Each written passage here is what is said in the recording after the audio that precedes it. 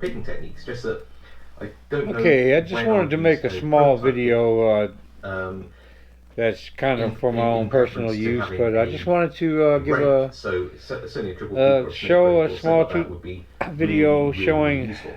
Now I've that noticed that there are screws I didn't here, fully understand and and appreciate this little I set haven't that got I what's inside bought it, so I don't want to from mess anything up Sparrow. in it because it's a really lovely object. But I'm thinking it probably wouldn't take much to.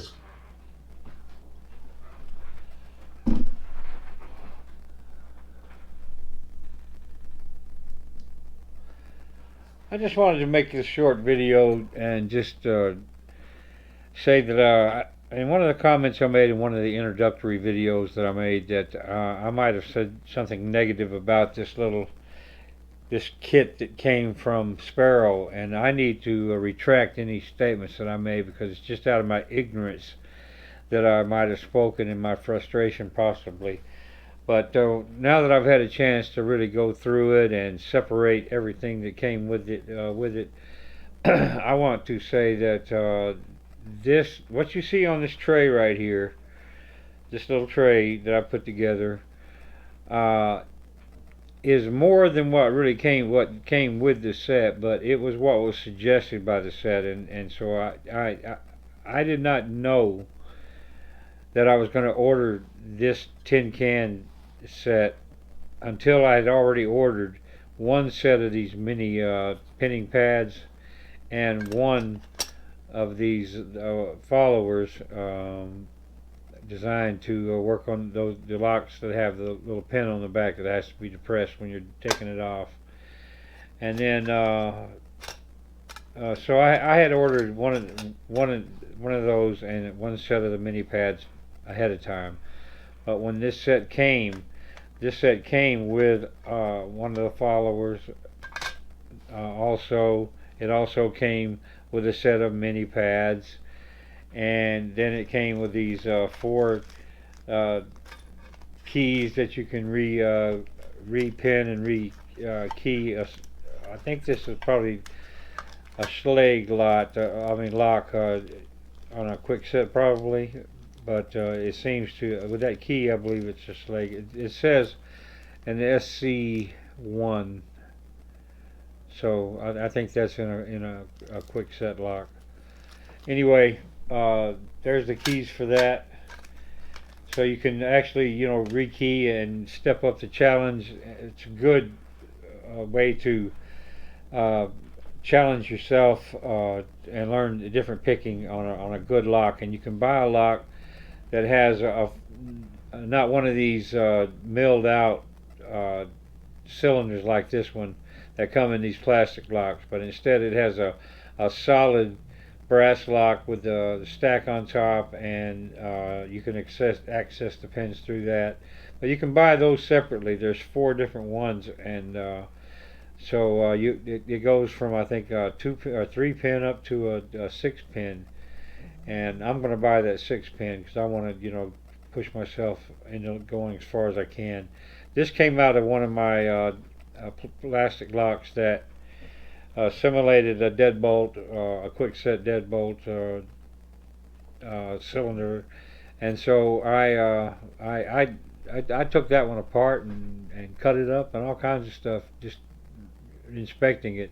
But I kept the parts that matter, of course. I still kept them all, but I'll show it to you why I did it. But anyway, this cylinder, or this one that I'm going to buy to train with these keys is a lot more difficult to pick than this one would be. So that's why I'm going to go ahead and get that.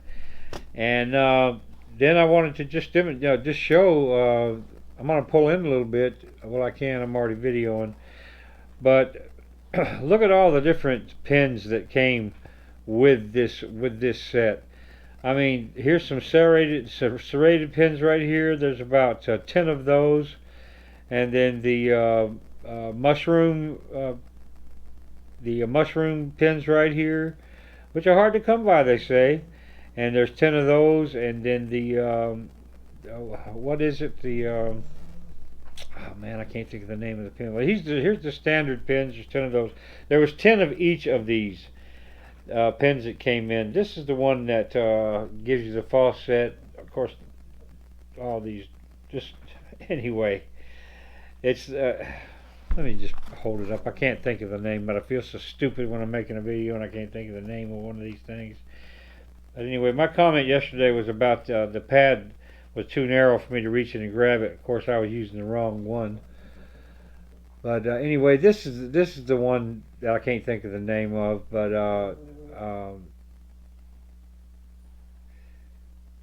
there's 10 of these. I'm sure you can see that now. Okay, 10 of these right here. Get under the camera, stupid. Right there. Think that's got a good light on it.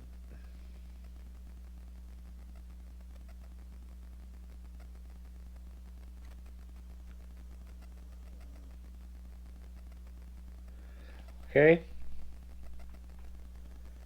And then there was 10 of these mushrooms. I can think of the name of those. 10 of these. And they say these are hard to come by, really. But you can. I'm gonna. When this lock comes in that I'm ordering from Sparrow, I'm going to repin it with some of these in there to really push myself to try to learn to pick much better. So that's what all this is about. But this is the perfect kit to get started with that. I just know it. Everything I've followed and been learning. This is a good kit to get going. Now this is a standard pin. There's I believe 10 of those. And then there's the serrated. 10 of those. Serrated on the tip. See? Pretty neat.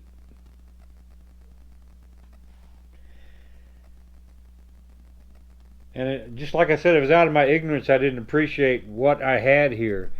But man, and then let me go on here. There was 3 of these that came, and these are fully serrated pins. 3 of these that came with the set. And then they have some of these right here, man. There's 3 of these kind right here.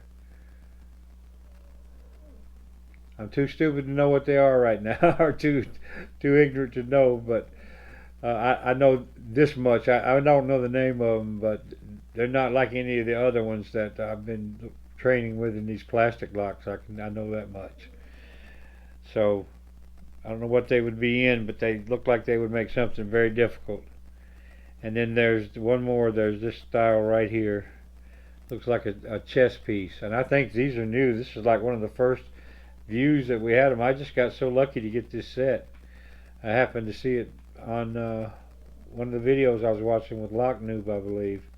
Lock Noob was introducing it. There's a good training video on my site under lock picking.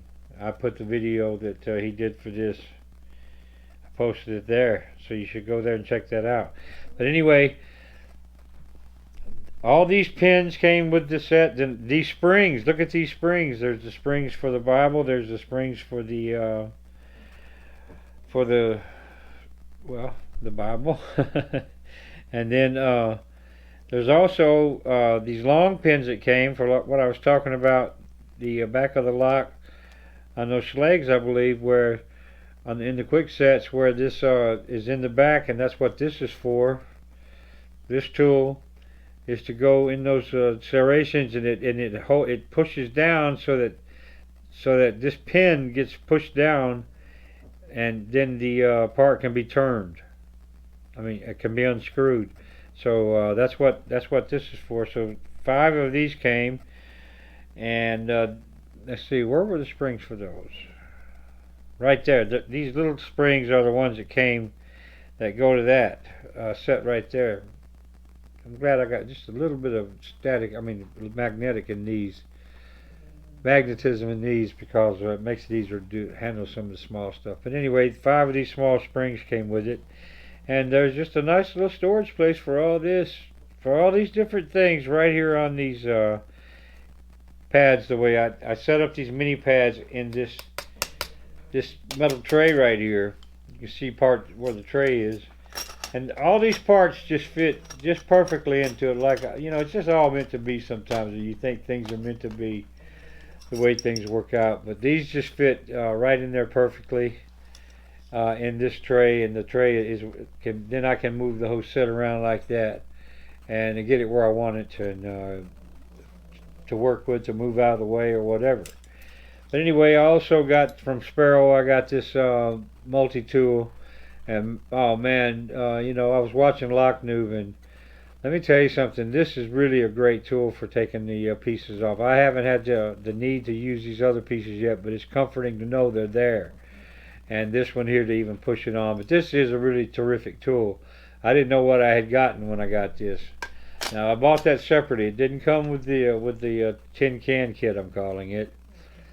But you can get a set of tweezers with that or additional add-on. They suggest that you buy it, but I bought these spring-loaded ones here because sometimes I had both of my shoulders operated on, and my hands sometimes will just open. You know, they'll twitch from time to time, and if I don't have something with a spring-loaded thing on it, like a pin, my fingers might release and it'll just take off. You know. So anyway, I went ahead and bought the tweezers from Sparrow, and then now this came with the kit, along with these 4 keys that can be each one of these keys can be you can rekey the training lock or a lock that this would work in, and make it more difficult for you to pick with each key. Here's a 6-pin key. Then you have a 5-pin and a 4-pin. But anyway, this 6-pin is the one I'm kind of interested in doing. This black one is a 6-pin. But you got to have a cylinder that can do it, you know. Got to make sure when you get a lock that you do that it can take 6. And then, of course, I made my own follower. I like this one because it helps me to to grab the pins when I'm pushing in, and kind of snare them. We've talked about that in the introductory video. And then my homemade tweezers, I use these for doing some of the work, but I also like the other one. Then the tools just fit right there perfectly. I mean, what's so hard about grabbing them right there? Now I keep a little pliers like this, bent needle nose pliers, so that I can push the clamp on. It makes it just a little bit easier for me when I'm working the way I like to do it. It's old practice, you know. And then I've noticed I just need a little pick around.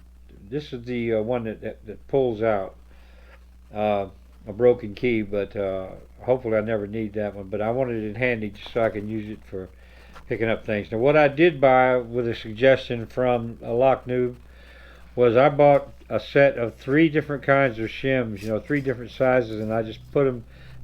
I divided my can up, put it in either side here. That's a homemade one. But I bought some shims, and you can see there's some different sizes in there. And the reason I did is because, I mean, the first 5 times I tried working on a deadbolt lock my own, I kept dropping all the pieces, and finally I watched I figured it out before I watched the video that I needed to shim it. So I made this homemade shim out of some material I had, and of course it worked. And so I bought some shims because these are consumable, and if I lose one, I got I can grab another one, you know. So as far as getting ready to, I'm going to go ahead and get a lock that these keys will fit, and I'm going to start practicing on my picking along with my raking. I've learned, all I've done with these mainly is just raking. I haven't even started on this lock yet. So that'll be one of my videos that I do. And then I've got a couple of locks over here that I've shown that I'm going to be working on I've opened them already, but they're difficult. So I'm going to see if I can improve my technique on those, and just get used to using it. Let me think of what that. I'm going to think of what that pen is called. It's aggravating the daylights out of me right now. I mean, that one pen right there.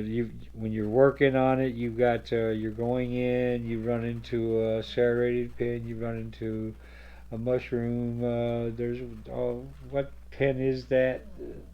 It causes the false set. Can't think of it. I want to look it up as soon as we get done here. Okay, I'm going to end this. I don't want it to be too long. It's already run too long. I'm going to try to edit it down. 15 minutes takes forever. Okay, thank you guys. Talk to you later. Bye now.